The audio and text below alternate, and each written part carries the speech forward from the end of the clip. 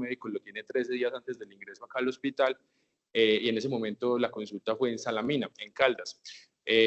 Desconocemos pues como en qué contexto fue, si fue ambulatorio, hospitalario, sin embargo, lo que sí sabemos es que allá le hicieron un hemograma y encuentra que tiene una hemoglobina en 8.6, unos glóbulos rojos en 4.000, unos leucocitos por encima de 32.000, con, pues, de predominio con neutrófilos y unas plaquetas de 669.000.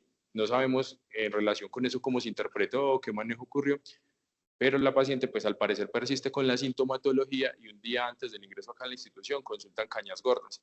En Cañas Gordas vuelven y repiten el hemograma como paraclínico pues que tenían allá. Un hemograma muy similar, una hemoglobina quizás un poco más baja, unos leucos un poquito más altos, un poquito pues las plaquetas elevadas.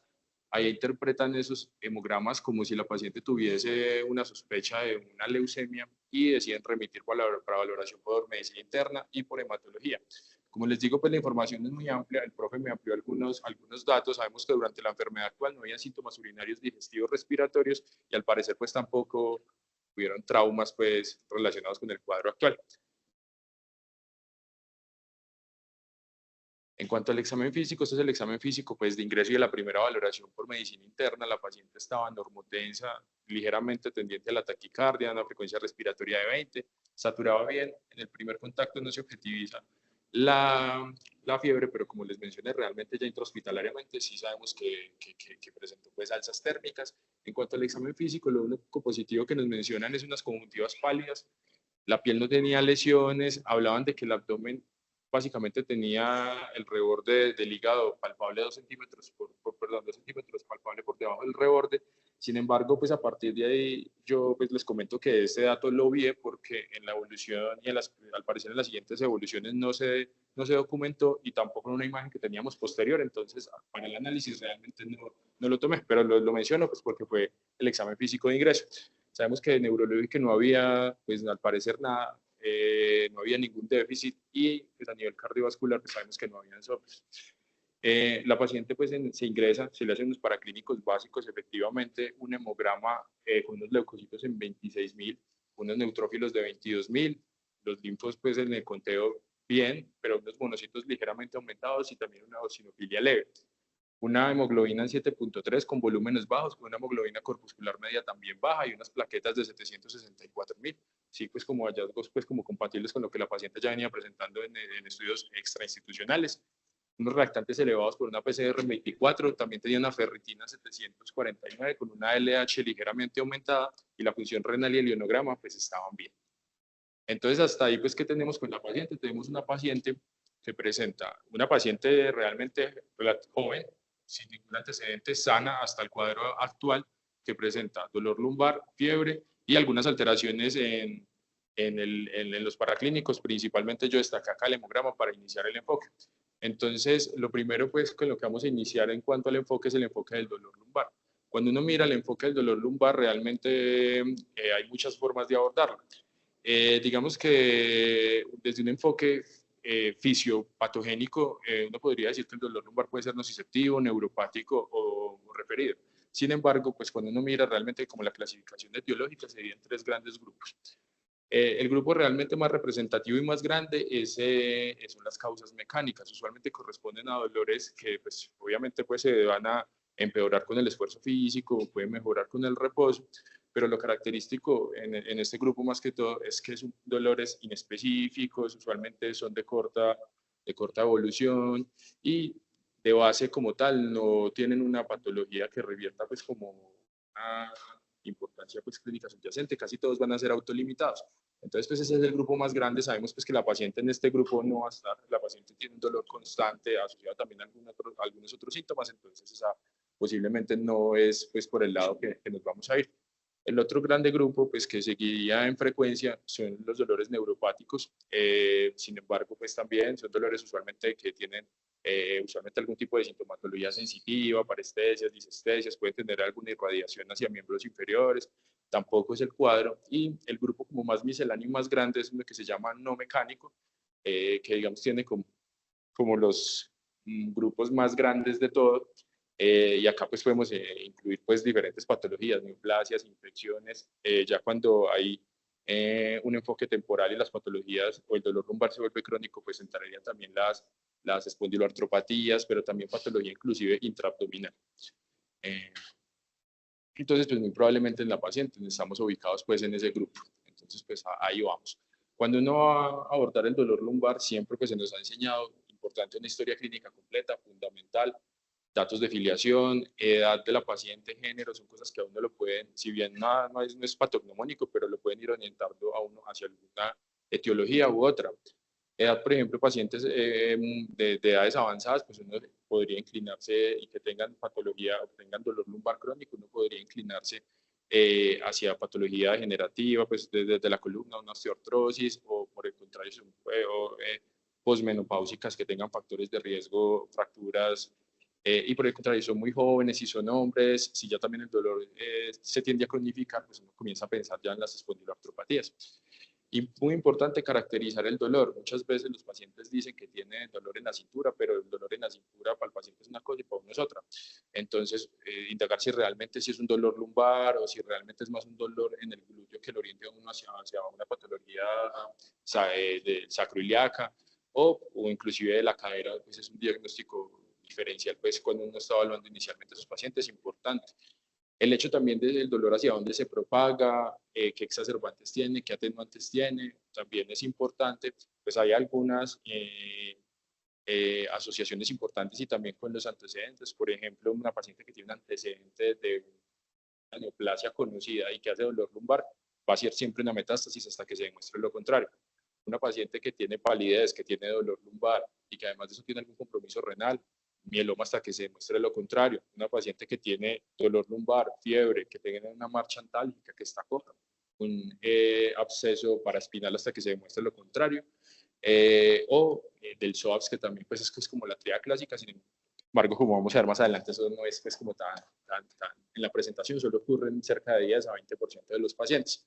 Entonces siempre hay datos pues que son muy orientativos. Dentro del enfoque también uno puede hacer un enfoque temporal. Entonces el enfoque temporal lo podemos dividir en agudo, subagudo, crónico. En este contexto pues de esta paciente nosotros estamos parados en un escenario pues como subagudo, más o menos de unos 6 a 12 semanas de evolución. Y esto pues combinado con un enfoque que pretende descartar patologías serias como les comentaba, porque la mayoría de las etiologías del dolor lumbar van a ser inespecíficas, usualmente se quedan sin diagnóstico, son autolimitadas, pero no revierten pues como ninguna importancia. Solo menos del 1%, perdón, sí va a tener algún tipo de importancia clínica, entonces nos tenemos que centrar en descartar ese tipo de patologías. Para eso, pues, creo que todos conocemos pues, las banderas rojas. Usualmente las banderas rojas se han descrito mucho más para dolor agudo y subagudo, usualmente en contexto de estudio de un paciente con dolor lumbar crónico. El enfoque suele ser diferente. Ya son pacientes que tienen más de 12 semanas de dolor. Usualmente el dolor casi siempre pues, los lleva o uno lo enfoca más que todo como causas mecánicas o como causas inflamatorias, casi todos van a tener una imagen. Lo que sí pues quiero destacar del dolor crónico, que no es en el escenario que estamos, pero sí pues como para mencionar, es que también se han descrito banderas amarillas, que son factores de riesgo, que un paciente con un dolor subagudo o agudo puede llevar a una evolución a que ese dolor se cronifique. Entonces como es como para tenerlo presente. Pero en el escenario donde estamos parados, básicamente tenemos muchas banderas rojas, básicamente enfocados en descartar o considerar etiologías importantes como infecciones, malignidad, algún tipo de déficit neurológico, fracturas, hematomas de la columna o espinales, sobre todo como anticoagulantes, entre otros. Pues no voy a explayar en esto, pero en la paciente nosotros que teníamos fiebre, que ya llevaba 2 meses, y un dolor lumbar que era constante y que no mejoraba. Esos son banderas rojas para considerar 2 cosas importantes, infección y malignidad.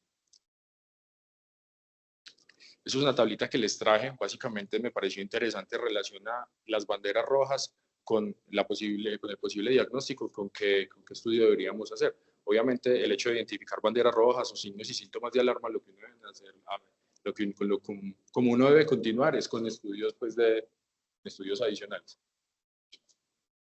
Con estudios, ok, listo. Bueno, efectivamente la paciente se consideró que tenía banderas rojas, entonces se solicitaron imágenes. De entrada se solicitó una resonancia que realmente es el estudio de elección, pero no fue el primer estudio que se hizo. Primero pues hicieron otro tipo de estudios, que fueron unas tomografías, Entonces, como fueron los primeros estudios que tuvimos, pues vamos a mencionarlos primero. Se tomó una tomografía de tórax que mencionaba que la paciente tenía calcificaciones axilares y que además de ello tenía también unas calcificaciones iliares izquierdas, pero que parecían secuelares y que a nivel del parénquima no tenía nada. Pero la TAC de abdomen sí mostró un aumento de volumen a nivel del músculo psoas izquierdo, que tenía un refuerzo heterogéneo, que tenía también hay áreas centrales hipodensas. El radiólogo con ese informe pues comenta pues, que se debe considerar un proceso inflamatorio infeccioso, pues, probablemente en el contexto de un absceso del psoas, y además de eso también describe que había adenomegalias retroperitoneales y en cadenas ilíacas. Importante con esto que en este informe pues no tuvimos acceso a las imágenes, pero en el informe no mencionaban pues el tamaño como tal. Y es importante porque más adelante vamos a ver, o pues traté de relacionarlo con el tamaño. Entonces, pues hasta aquí parece que todo cuadra. Es una paciente que tiene fiebre, dolor lumbar y que le encontramos una colección, entonces es un absceso del psoas. Como brevemente algo de anatomía, el músculo psoas se origina en las vértebras de T12 hasta L5.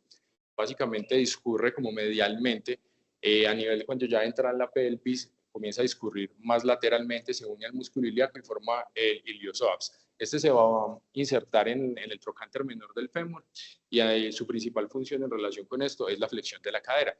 Y más importante que eso realmente es que el psoas tiene unas estructuras por contigüidad que son muy importantes. A nivel anterior está toda la cavidad retroperitoneal, a nivel más posterior y medial está toda la columna vertebral. Entonces es importante porque las etiologías del absceso de psoas los vamos a vivir como primarias o como secundarias. Primarias cuando usualmente el foco del que deriva pues la infección es un foco lejano y fue una diseminación usualmente hematógena o linfática, que puede no necesariamente encontrar el foco primario. Son realmente la minoría, esto varía un poco dependiendo pues como el país, usualmente en países se supone que con pocos ingresos la etiología primaria suele ser más importante que la etiología secundaria. Y la etiología secundaria, que pues en la mayoría, pues como en las series de casos, es como la más común, básicamente el foco de infección es por contigüidad. De esto lo más común es una infección a nivel de la columna vertebral, una osteomielitis, una espondilodicitis que usualmente se propaga por contigüidad, entonces pues es muy importante a considerar.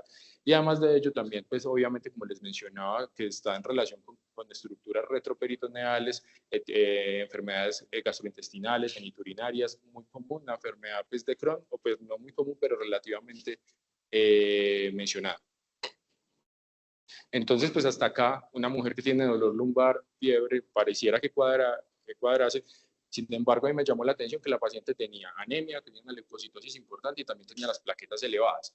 Entonces les traje pues como esta serie que es la más grande que hay pues como que uno encuentra, que es de 124 pacientes, es española, recogió pacientes desde 1990 hasta 2016 y los caracterizó. ¿Qué importante de acá? El síntoma más importante fue el dolor y la fiebre, pero cuando uno va y mira los paraclínicos, hasta casi 42% tenían hemoglobina menor de 11, también en un hallazgo importante es la leucocitosis y también podían tener plaquetas elevadas, o sea que pareciese pues que todo cuadra. Esta pues es una serie como más nueva, es del 2024, es de Pyongyang, son solo 43 pacientes, pero básicamente se las traigo acá para mostrarle que igual la fiebre sigue siendo importante, 50%, y algo que me llamó mucho la atención es que lo que uno esperaría con esto es que el paciente presente dolor abdominal, pero realmente el dolor abdominal solamente es el 5% de los casos. La mayoría de veces el dolor va a ser o lumbar, o en cadera, o en muslo, cosa pues que uno no tiene pues como muy en la mente. Entonces, ¿qué pasó con la paciente? Ya pues con el diagnóstico del absceso del psoas. La paciente se llevó a drenaje. El drenaje fue guiado por TAC. Nos mencionan en el reporte que se extrajeron 40 cc de un contenido hemático, que se dejó un drenaje, pues para continuar el drenaje, pues no tenemos pues como información qué pasó con ese drenaje, si continuó su producción o cuándo se retiró. Y pues se consideró que la paciente en relación con esto tenía un foco séptico que estaba controlado, que no se iba a iniciar antibiótico, la paciente en ningún momento recibió antibióticos, se estaba esperando qué cultivo obteníamos. Sin embargo, la paciente durante los siguientes días evoluciona pues como relativamente de una forma bizarra, continúa nuevamente con el dolor lumbar y continúa haciendo picos febriles y pues ya obtenemos pues los estudios como tal microbiológicos. Realmente los directos pues van a estar mucho más ligeros, pero sabemos que el gran no tenía nada, el KOH estaba negativo, un cultivo para, me imagino que para gérmenes comunes estaba negativo, y también se le hizo PCR a ese líquido obtenido y estaba negativo. Si no estoy mal, pues hasta la semana pasada el profe panel para mirar y no detectó nada. Ah, ok.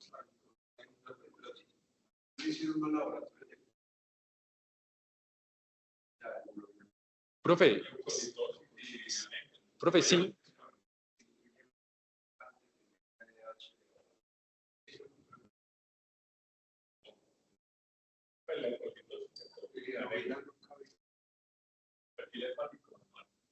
Tenía la ST ligeramente elevada, profe, pero la LT, si no estoy mal bien. Bueno, entonces, pues previamente cuando les comenté lo del absceso de SOAPS, no les hablé de la microbiología, lo dejé pues especialmente para esta parte en relación a los hallazgos que vimos. Esta es la misma serie española, realmente vemos que la microbiología ha variado en el tiempo. Inicialmente cuando se escribió el absceso del SOAPS, que fue en 1881 por un médico llamado Hermann Minster, él describió usualmente casos y lo llamó una zoitis aguda, pero usualmente estaban en relación con patología infecciosa de la columna vertebral por tuberculosis. Entonces, en ese momento, la principal etiología era la tuberculosis. Pero digamos que a partir de los años y con el manejo de la tuberculosis eso ha ido cambiando.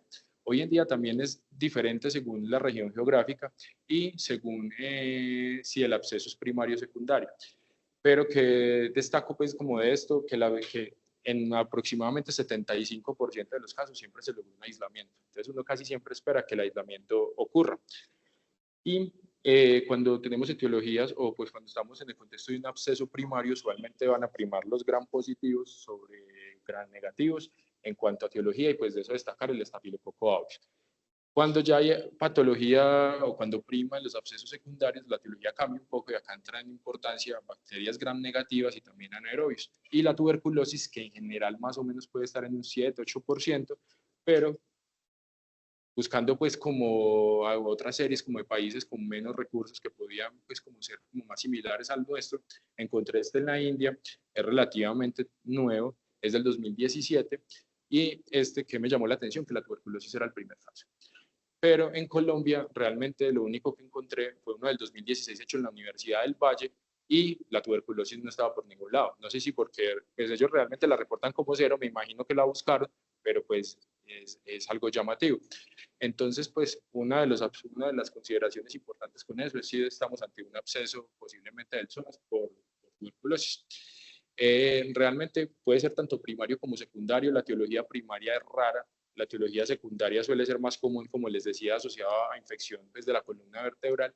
Es mucho más común en países en vías de desarrollo, mucho más común también en pacientes inmunocomprometidos. Un paciente con VIH que hace un absceso del SOAS, el 50% de los casos va a ser por tuberculosis, pero en inmunocompetentes también se puede presentar hasta en un 20%. Usualmente verlo, como les decía, asociado a un compromiso primario es sumamente extraño, sin embargo se han descrito casos. Y otra cosa, otro interrogante que me surgía es, bueno, ¿y uno qué esperan los cultivos? Los cultivos realmente, propiamente, que se haya absceso del SOAS y que se haya cultivado, no encontré reportes, pero sí vinculado con toma de muestra de infecciones pues, a nivel de la columna vertebral, y uno podría esperar que el cultivo sea positivo hasta en el 85% de los casos. Pero pues digamos que la paciente evoluciona de una forma muy bizarra, entonces pues acá ya comienzan a plantearse diferenciales. Digamos que el diferencial del absceso del SOAS es muy grande, pero dentro de ellos pues tenemos el hematoma del SOAS, usualmente sospechaban pacientes que tienen trauma y que tienen uso de anticoagulantes, no es el caso. Patología intraabdominal, apendicitis, diverticulitis, pielonefritis, pues tampoco es el caso en nuestra paciente. Usualmente un aneurisma de aorta abdominal uno espera que sea algo más agudo. Un diagnóstico que me generó cierta duda fue la endometriosis, porque pues, si recordamos cuando se drenó esa colección mencionaba que era hemática. Sin embargo, pues la paciente tiene un cuadro muy subagudo, el dolor no es cíclico, entonces pues realmente hasta ahí lo dejé. Y obviamente algún tipo de dolor neuropático que tampoco es el caso, y algo que no se ha descartado hasta el momento es que haya compromiso de la columna vertebral, que haya una osteomielitis, o que haya una espondilodicitis, y obviamente tumores malignos a nivel del psoas y a nivel paraespinal, que es un diagnóstico diferencial importante. Inclusive hay un síndrome reportado pues, en la literatura que se llama el síndrome del psoas maligno. Eso pues lo voy a dejar ahí en el tintero, pero más tarde pues se los voy a retomar. Efectivamente, pues la paciente se le hizo la resonancia que tenía pendiente desde el ingreso y acá pues ya esto nos da como otras luces. ¿Qué nos dice la resonancia? Que hay un compromiso, una lesión ocupante de espacio en el espacio paraespinal izquierdo, que desplaza el músculo psoas, pero que genera una interfaz entre el psoas y que además tiene material necrótico y quístico en su interior y que presenta reforzamiento heterogéneo cuando se hace el contraste.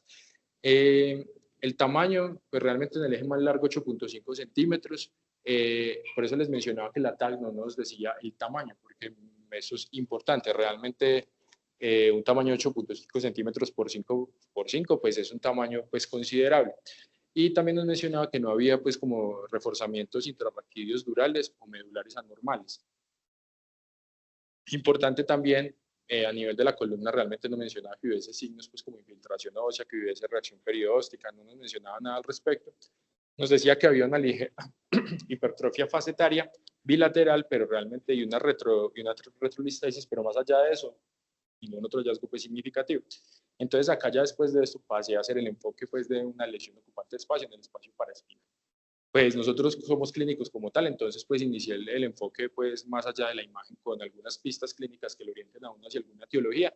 También está descrito pacientes que tengan una neoplasia primaria conocida, pues uno se inclina hacia una metástasis. Paciente que tenga una anemia, que es como usualmente en escenarios crónicos, talasemias, anemia de células falciformes, o que en otros tipos de escenarios como síndromes mielodisplásicos uno puede considerar una hematopoiesis extramedular.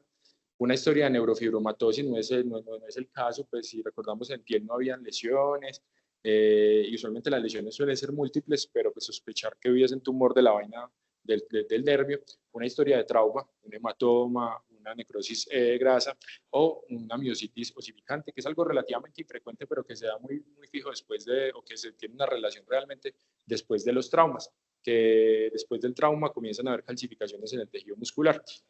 Obviamente, en regiones endémicas y inmunosupresión, siempre la tuberculosis es importante y inmunosupresión y linfoma. ¿Qué tenemos de esto?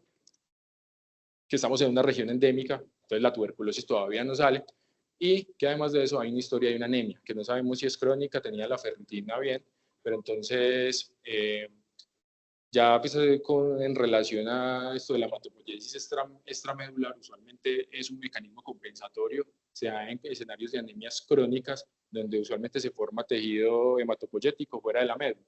Lo más típico es que se forme pues, en tejido hematolinfoide, en vaso, en ganglios, en hígado. Sin embargo, también se han descrito en cavidades retroperitoneales, inclusive en órganos sólidos. Y en relación con espacios paravertebrales, también especialmente con talasemias. Y pues si recordamos, la paciente tenía un volumen corpuscular bajo, entonces pues es un diagnóstico importante a considerar con una ferritina elevada, que podría ser una ferritina elevada como un reactante de fase aguda, no tenía el resto del perfil ferrocinético, pero que sí teníamos los glóbulos rojos totales. Hay para esto, o para orientarlo, un índice pues, que creo que es ampliamente conocido, que es el índice de Menser, que básicamente lo que hace es que relaciona el volumen corpuscular con el conteo total de glóbulos rojos. Como nosotros pues sabemos, la talasemia tiene volúmenes corpusculares muy pequeños, entonces cuando se hace esa relación tiende a dar menor de 13. Por el contrario, si fuese otra etiología sería mayor de 13. Esta paciente daba 24. Pero ¿qué tan confiable es eso? Pues estuve buscando literatura al respecto y realmente parece que sí es confiable, que los estudios han mostrado que eso puede llegar a tener una sensibilidad hasta el 98% con una especificidad del 93%. O sea que ya por este lado pues parece que no fuese. Entonces, pues ya para hablar un poquito del enfoque de las masas paraespinales, sucintamente, básicamente como para ubicarnos en el lugar anatómico donde estamos, el espacio realmente no es un espacio, sino, bueno, no es un compartimento, sino un espacio, está entre posterior al retroperitoneo, está dividido por la fascia transversalis, que es esta rojita, y por la fascia toracolumbar, que es esta de acá. Entonces, básicamente ahí es donde nos describen que tenemos la masa. Importante de esto es que también el radiólogo nos mencionaba que la masa era de 8 centímetros y que tenía cierta extensión hasta la cavidad, hasta la fosa ilíaca. Que me llamó la atención con eso, pues no teníamos las imágenes, pero entonces no dice si penetraba o no, o si entraba en el retroperitoneo, porque ahí creo que el enfoque hubiese cambiado un poco, pero pues con lo que tenemos, y como yo continué pues como el enfoque, asumí que esto realmente estaba limitado a este espacio. Entonces, ya hablando pues de las masas paraespinales, uno puede hacer un enfoque según qué tan profundo es, según si es superficial o según si es profundo. Las masas superficiales tienden a estar por sobre o por encima de la fascia toracolumbar, que fue la que les mostré previamente. Y las masas profundas tienen una subclasificación que la vamos a ver si trazamos una línea transversal a través de las apófisis transversas del cuerpo vertebral. Eso nos va a dividir como el tejido o el espacio paraespinal en una región anterior y una región posterior. La región anterior se llama hipaxial, la región posterior se llama epiaxial, pero eso ya les voy a mencionar pues realmente qué utilidad tiene en el enfoque radiológico. Como les digo, lo primero es uno preguntarse qué relación tiene la masa con la fascia toracolumbar. Si es superficial, usualmente inclusive se puede detectar al examen físico de la columna. Y pues ahí tenemos ciertas etiologías que no voy a mencionar pues por cuestión de tiempo, pero que sí voy a mencionar y voy directamente es a las masas que son profundas. Las masas que son profundas no tienen absolutamente ninguna relación con la fascia toracolumbar, están mucho más profundas, y aquí debemos plantearnos una segunda pregunta: si hay compromiso o no de hueso. Si hay compromiso de hueso, uno usualmente se puede inclinar por etiologías neoplásicas primarias de hueso, por linfomas, por metástasis, por mielomas, pero si no hay compromiso de hueso, hay ya ciertas etiologías neoplásicas que uno comienza a considerar. Y además de eso, lesiones no neoplásicas. Sin embargo, pues como les digo, ya hemos descartado algunas de estas, como la hematopoiesis extramedular, como la infección que está ahí, como veremos, y pues trauma pues no hubo relación con ello. Entonces, ya hablando propiamente de las masas que son profundas y que no tienen compromiso óseo, la etiología es variada. De ellas, las más comunes son las neoplasias que son benignas del tejido o de los nervios, como un schwannoma, como un neurofibroma. Estas suelen ser múltiples, no suelen ser únicas. Y además de ello, lo característico en la imagen es que hacen un aumento del espacio foraminal. No es el caso. O una relativamente común, el lipoma. Usualmente el lipoma suele presentarse como una masa mucho más homogénea, tampoco es el caso pues que tenemos. Y otras ya un poco más raras, como un sarcoma indiferenciado, sin embargo, pues también es relativamente infrecuente, suele presentarse en edades mucho más avanzadas. El liposarcoma, que usualmente se va a presentar como un lipoma, pero que tiene unas ciertas características en la imagen que no son pues como muy claras para el lipoma. Usualmente puede tener nódulos, septos, realces, que podría ser el caso. Usualmente se presenta entre los 40 a los 70 años. Y esto son las masas. Realmente no considero que la paciente pues esté como en estos escenarios, sin embargo me pareció interesante mencionárselos rápidamente, que son las neoplasias que son hipaxiales y que comprometen el hueso. Se las traigo pues relativamente por la frecuencia en que se presentan. Acá es importante considerar el mieloma. En el mieloma típicamente compromete más la columna torácica, seguido por la columna cervical y seguido por la lumbar. Y en cuanto a la afectación ósea de la vértebra, suele afectar el cuerpo vertebral como tal. Y en la imagen se describe un hallazgo típico, que es la apariencia en minicerebros. Entonces, pues como vemos acá, se ve como si la vértebra tuviera fisuras. El linfoma también pues importante, sin embargo, el linfoma produce mucha reacción perióstica, usualmente compromete todo el contorno de la vértebra. Y la metástasis, que las metástasis en el escenario pues propiamente de metástasis vertebrales, suelen generar, o pues del espacio paravertebral suelen comprometer mucho hueso. Sin embargo, yo no lo he descartado. Les mencioné pues que había un síndrome descrito en la literatura, que es el síndrome del psoas maligno.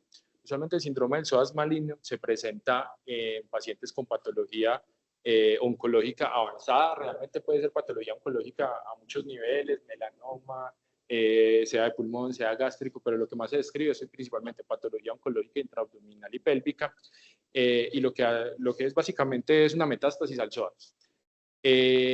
Realmente pues viene descrito desde 1990, y se presenta clínicamente como una plexopatía lumbar. Produce tanto dolor nociceptivo pues por el dolor pues ahí, por el daño tisular a ese nivel, pero también, como sabemos pues que el espacio paravertebral pues tiene ahí en contiguidad todas las estructuras nerviosas del plexo, también puede generar compromiso nervioso. Usualmente esto se presenta en pacientes que tienen patología oncológica avanzada. Entonces, por eso muchas veces el diagnóstico es infrecuente porque ya se ha llegado hasta ciertos puntos con los pacientes donde se decide no hacer más estudios, entonces se cree que por eso puede haber un subregistro. Usualmente el paciente adopta una posición pues como de flexión de la cadera y hay dolor a la extensión como un signo de psoas. Y en las imágenes, entonces pues realmente para hacer el diagnóstico desde 1990 se escribieron unos criterios, pero no se necesita histopatología. Realmente es clínico y si la imagen es como sospechosa la infiltración, pero la imagen puede ser sumamente variada. Pueden haber masas nodulares, pueden haber calcificaciones, puede haber infiltración difusa del músculo, pero también puede presentarse como una hemorragia intramuscular, como la paciente lo presentaba. Dentro de las etiologías pues, de ese síndrome del SOAPS, lo escrito más común es las series que vi que eran realmente de pocos pacientes, 13 pacientes. Usualmente el más reportado es el CA de cervix, como mayor representante. Entonces ya pues como redondeando, los principales diagnósticos que tenemos diferenciales son pues el absceso iliozoaspiógeno, pues si bien tiene la clínica, hay un reporte de un ataque, nos menciona que hay una colección y además de ello sospecharía que hubo un crecimiento rápido en relación del ataque a la resonancia, son cosas a favor de que pudiese haber un absceso como tal. ¿Qué está en contra? Los cultivos negativos, que sabemos que tienen una sensibilidad de 75%, que no mejoró después del aparente control del foco séptico, que el drenaje era hemático y como pues, les dije, las principales causas son secundarias, tampoco habían aparentes causas secundarias. Otro muy importante, pues el absceso tuberculoso, estamos en unas zonas endémicas, hay un ataque que dice que hay adenopatías retroperitoneales e ilíacas, y además de ello, pues como mencionaba el doctor, hay una leucocitosis que no es solo por neutrofilia, sino que también hay eosinofilia importante, o pues una eosinofilia pues realmente menor de 1500, una eosinofilia leve, pero pues si nosotros recordamos dentro de las etiologías bacterianas que producen eosinofilia están las micobacterias y una monocitosis también leve que también podría estar a favor de hecho. ¿Qué datos tenemos en contra? La paciente, pues por lo menos no conocemos datos de inmunosupresión, me imagino que se le tomó VIH y todo esto, pero pues no lo desconozco. No hay datos de una infección pues primaria y tampoco hay compromiso a nivel vertebral. Entonces, ahí queda la duda. Una cosa que no les mencioné son las etiologías que de pronto uno piense que no crezcan en los cultivos. Y entre ellos importante la brucela. Sin embargo, la brucela, si bien se ha descrito en abscesos de psoas, típicamente en las descripciones se asocia con patología articular de la columna. O sea que pues, muy probablemente no estamos en este escenario. La hematopoiesis extramedular, tenemos anemia microcítica en una mujer joven, pudiese ser crónica, que está en contra, como les digo, pues que no realmente no es de volúmenes muy pequeños, con un índice de Menzel mayor de 13, que la lesión es única, suele ser múltiple y que es relativamente infrecuente. Las lesiones linfoproliferativas, pues para ir redondeando rápidamente, siempre van a ser importantes, pero ¿por qué no lo considero? Por un compromiso óseo. Las metástasis, independientemente si es del tejido, pues como paraespinal y vertebral, pudiese ser una opción. Sin embargo, considero que es mucho más importante en esta paciente con la consideración del síndrome del absceso del psoas maligno y una neoplasia primaria. Raro, realmente, como les digo, las comunes no tenían características ni clínicas ni radiológicas, pero los cultivos negativos, el hecho de que sea tan bizarro, siempre pues, es como importante a considerar. Y pues ya finalmente, como digamos, en cuestión pues como de rango de importancia, los tres diagnósticos que yo considero más importantes los tomé basados en una premisa. Siempre cuando uno tiene como un escenario raro, infrecuente, es mucho más rentable uno hacer apuestas por manifestaciones infrecuentes de enfermedades comunes a manifestaciones frecuentes de enfermedades poco comunes. Entonces, basado en esto, pues yo considero que el absceso tuberculoso es una cosa que todavía no se puede descartar y que pudiese ser una opción. Una neoplasia secundaria también, que pudiese ser propiamente una neoplasia, una metástasis como tal, o en el contexto de un síndrome de psoas maligno, que si me dijeran que tuviese que hacer una apuesta, diría que pudiese ser una mujer joven,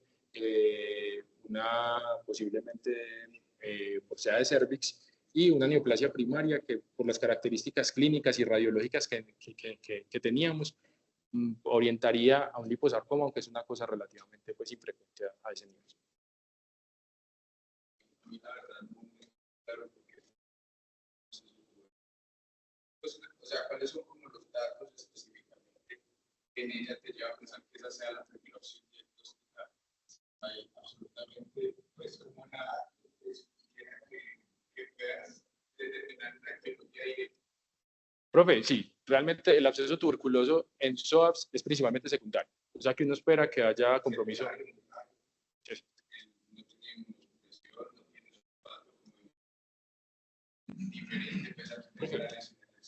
Había un ataque de tórax, que yo no andé mucho pues, con conclusiones de tiempo, pero sí había un ataque de tórax que mencionaba que tenía unas calcificaciones pareiliares, también axilares, que eran como secuelares. Eso pues podría hablar de eso es algo muy inespecífico, uno podría presumir muchas cosas, una de ellas que pudiese haber sido una tuberculosis vieja. Como le digo, profe, ¿qué más me sustenté? Pues obviamente en la epidemiología. Pienso que es mucho más común que de pronto una TB con una manifestación rara a una neoplasia rara. La leucocitosis, que era una leucocitosis que era con neutrofilia, que era con eosinofilia, que era con monocitos elevados. Básicamente, pues, profe, como... Bueno, ¿qué vamos a hacer? Profe, pues me imagino que se biopsió. ¿Qué hay datos adicionales? ¿Qué le pediría yo adicional a eso? Me gustaría, no sé hasta qué punto la TAC describió la parte pélvica.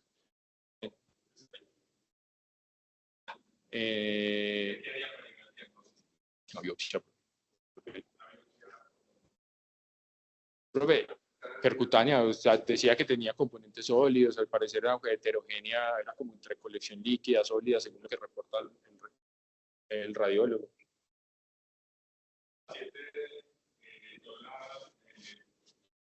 Yo la recibí al principio, le llamó la atención que cuando sale previamente joven, ya un mes, ya 2 semanas, pierde. La imagen inicial que le decía que tenía un absceso en psoas, ¿cierto? Pero cuando el drenaje fue negativo, el drenaje con fiebre,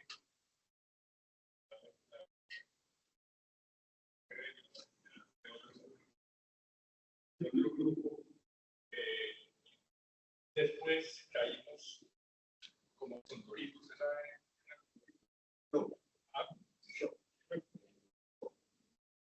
a la paciente se le hizo alguien la comunicación, porque los cultivos todos fueron negativos. Entonces, alguien le pidió una resonancia de abdomen. Voy a leer la resonancia de abdomen. La resonancia de abdomen, el dato positivo. Dice, hay un conglomerado de adenopatías retroperitoneales izquierdas.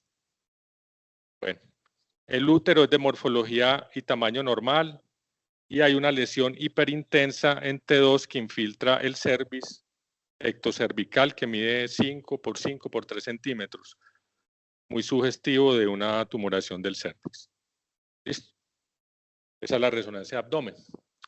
Entonces la paciente la vio ginecología. ¿Dónde pudo haber estado el diagnóstico de esta paciente clínicamente? En el examen físico. En el tacto vaginal. Tacto vaginal y rectal que prácticamente se olvidó de la semiología clínica. Pues eso prácticamente ya no lo hacemos. Digo yo, pues se hace en ciertos casos clínicos, pero bueno. Entonces la vio ginecología y ginecología le hizo una, sí, ¿cómo se llama eso?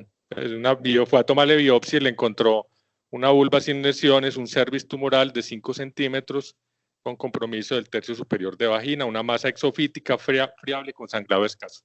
Entonces vamos a darle a la patología. Pues en este caso... Bueno, muy buenos días. Mi nombre es José Fernando Rojas. Vengo de parte de los residentes de segundo año de patología y estoy con la asesora Alejandra Medina, que fue la que vio el caso. Entonces,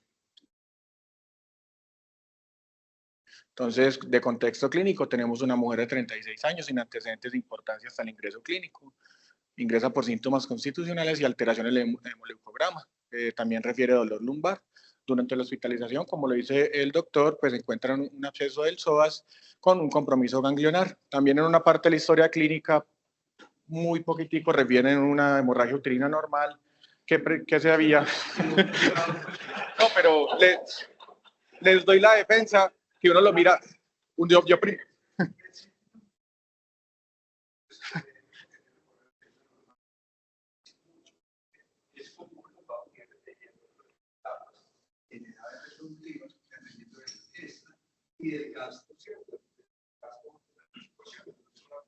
sino que yo lo defiendo porque primero, pues el enfoque estaba bien, era lo lumbar y era un psoas y era un absceso de psoas. Sin embargo, yo como lo vi en retrospectiva, primero vi el cáncer y después de eso, pues busqué a ver si alguien había mencionado algo ginecológico.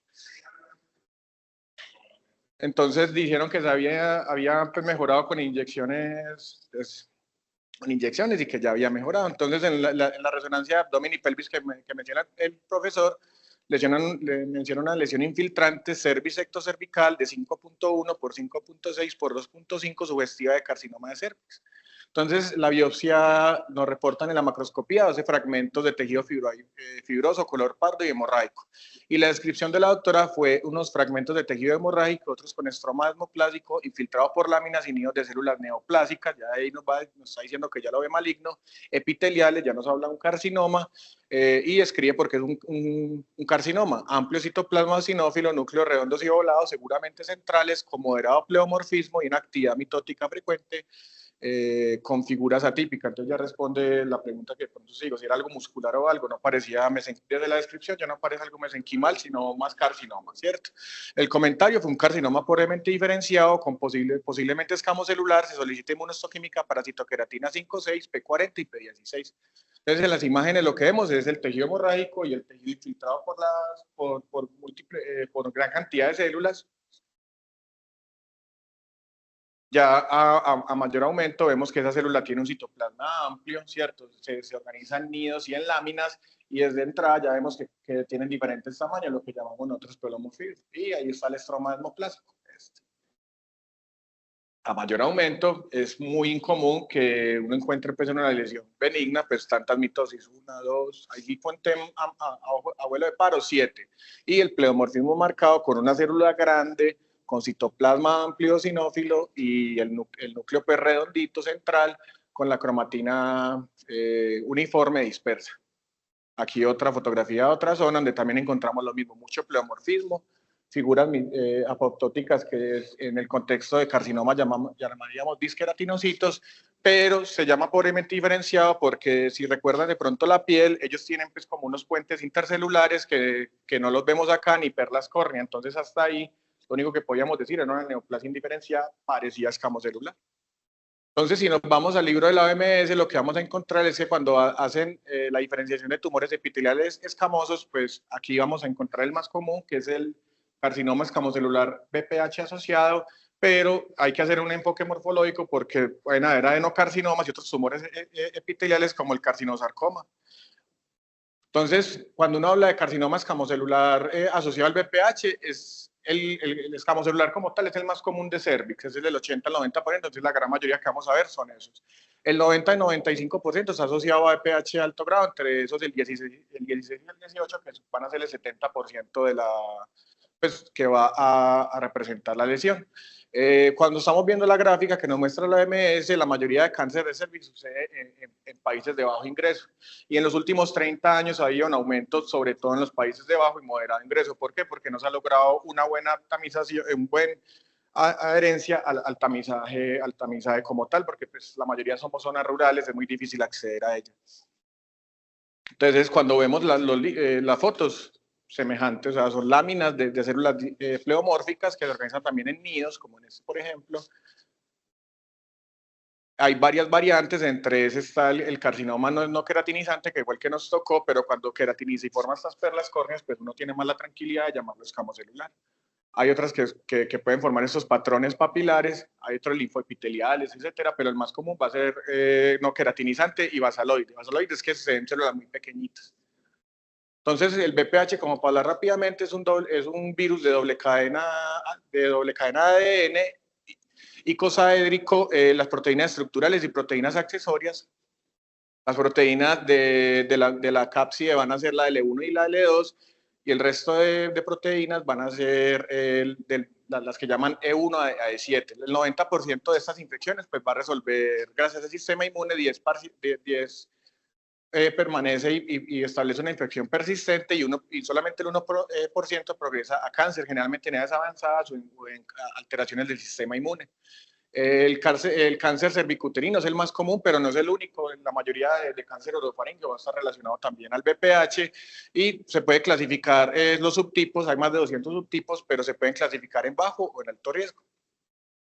Entonces, la fisiopatología, la patogenia, perdón, del VPH va a estar asociado a que ellos van a infectar el estrato basal de epitelios. Ellos infectan realmente epitelios y van a unirse al ADN de la célula receptora hospedera. Con la proteína E1 lo que va a hacer es empezar a unirse al ADN, y con la proteína del 2 va a bloquear los factores de transcripción hospedero y va a empezar a producir proteínas E6 y E7. La E6 va a producir una ubiquitinización del P53, lo que va a producir su degradación. El P53 es un supresor de tumores, y la E7 lo que va a producir es que va a fosforilar la proteína del retinoblastoma, lo que va a liberar el factor de transcripción E2 y va a empezar a producir pues un aumento en la proliferación celular, pero un retraso en la diferenciación del mismo. Y con el resto de proteínas pues va a empezar a producir pues ensamblaje y liberación de viriones.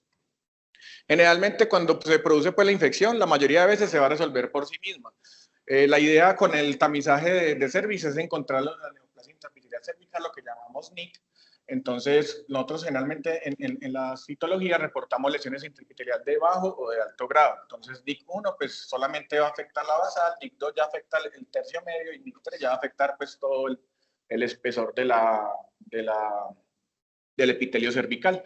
Ya cuando hay una afectación de la membrana basal, ya es lo que hablamos de cáncer invasivo. Hasta aquí, pues las medidas convencionales, la conización y todo eso puede servir, por eso es que el tamizaje de cervix en la mayoría de países donde sí se hace de buena manera, pues ha sido un éxito, ha reducido drásticamente el número de cánceres infiltrativos, que es la idea con el tamizaje. Entonces, ¿por qué la doctora le mandó la citoqueratina 5, 6, P40 y P63? Las citoqueratinas son parte de la familia de los filamentos intermedios. Entonces, cuando nosotros sospechamos de un carcinoma, pues generalmente le vamos a pedir según el órgano en que estemos ubicados. Ellas las organizan en bajo peso molecular y alto peso molecular. Las de alto peso molecular, que son las desatadas a la parrilla, se le llaman queratinas escamosas. Entonces, cuando marcan, generalmente pues ya sabemos que es un origen escamoso. Entre esas están las 5, 6. Y ya el P40 y el P63 son proteínas que están en el DNA, en el núcleo, perdón, que nos hablan de una diferenciación escamosa. Entonces, como ven la tabla, tiene una sensibilidad muy alta para detectar células escamosas y una especificidad del 98%, porque en otros contextos como próstata y eso detectan son células basales, células bioepiteliales, entonces hay que tenerlas en un buen contexto. Pero ya con eso, sí, ya con la marcación de aquí en el núcleo del P40, ya sabemos que es ya con certeza que es un carcinoma escamocelular, y con el P16, que es un subrogado de esa patogenia del carcinoma del VPH, que tiene que ser una marcación fuerte en bloque, así se ve citoplasmática y nuclear, ya sabemos que es un carcinoma escamocelular, es del cervix, patrón no queratinizante asociado al VPH, con una marcación en bloque. Ahí tienen algo.